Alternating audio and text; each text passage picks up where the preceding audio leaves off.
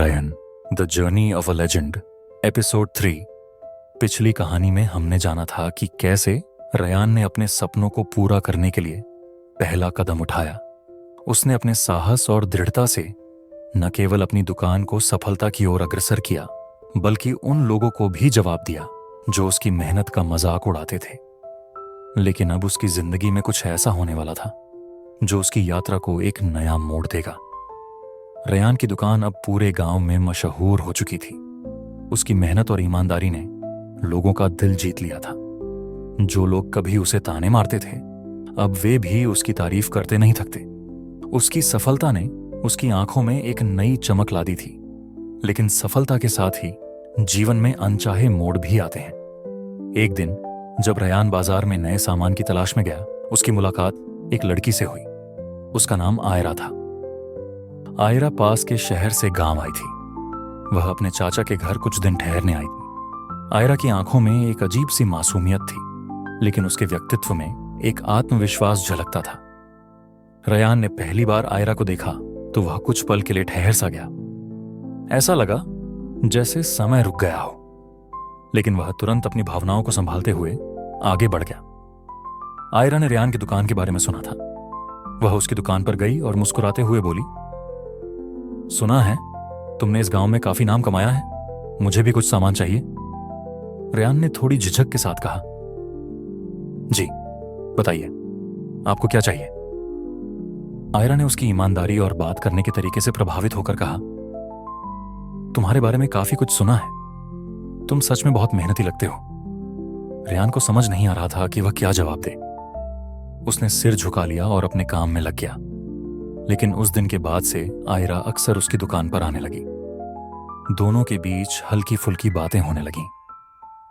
आयरा ने एक दिन रयान से पूछा, तुम हमेशा इतना गंभीर क्यों रहते हो? क्या कभी अपनी जिंदगी के बारे में सोचते हो? रयान ने जवाब दिया, मेरी जिंदगी मेरे सपनों में है। मैं इस गांव का सबसे बड़ा दुकानदार नहीं, बल्कि इस दुनिया का सबसे बड़ा व्यापारी बनना चाहता हूं।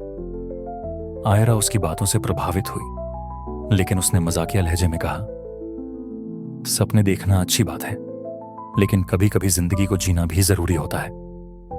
रयान ने मुस्कुराते हुए कहा, शायद तुम सही कह रही हो, लेकिन मेरे लिए अभी मेरी मंजिल तक पहुंचना सबसे जरूरी है।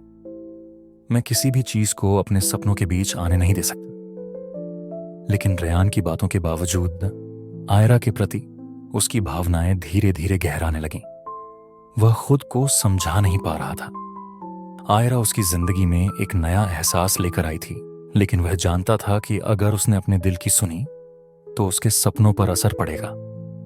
एक रात जब रयान अपने कमरे में बैठा अपने अगले कदम की योजना बना रहा था, उसके मन में आयरा के ख्याल आने लगे। वह सोचने लगा, क्या मैं अपने सपनों और अपने दिल की आवाज के बीच किसी एक को चुन सकता हूं? क्या यह सही होगा कि मैं अपने सपनों से समझौता कर लूं?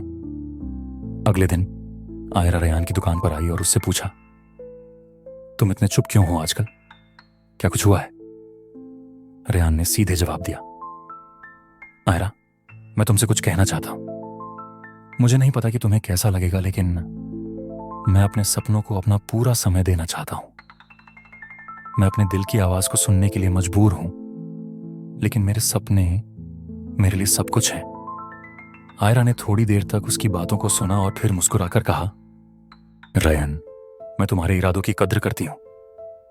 अगर तुम्हारे सपने तुम्हारे लिए सबसे ज्यादा मायने रखते हैं तो मैं तुम्हारे रास्ते में कभी नहीं आऊंगी। लेकिन याद रखना, जिंदगी सिर्फ सपनों को पाने के लिए नहीं, बल्कि उन लोगों के साथ जीने के लिए भी होती है जो तुम्हें प्यार करते हैं। आयरा की यह बात रयान के दिल को छू गई, लेकिन उसने खुद से वादा किया कि वह अपने सपनों को किसी भी कीमत पर हासिल करेगा। क्या रयान आयरा को भूलकर अपने सपनों की ओर बढ़ पाएगा, या उसकी जिंदगी में प्यार और सपनों के बीच एक संघर्ष शुरू होगा? जानने के लिए देखिए अगले एपिसोड में। अगर आपको यह कहानी प्रेरणा देती है तो हमारे चैनल स्टोरी एडिशन को सब्सक्राइब करें और रयान के इस रोमांचक सफर में शामिल हों।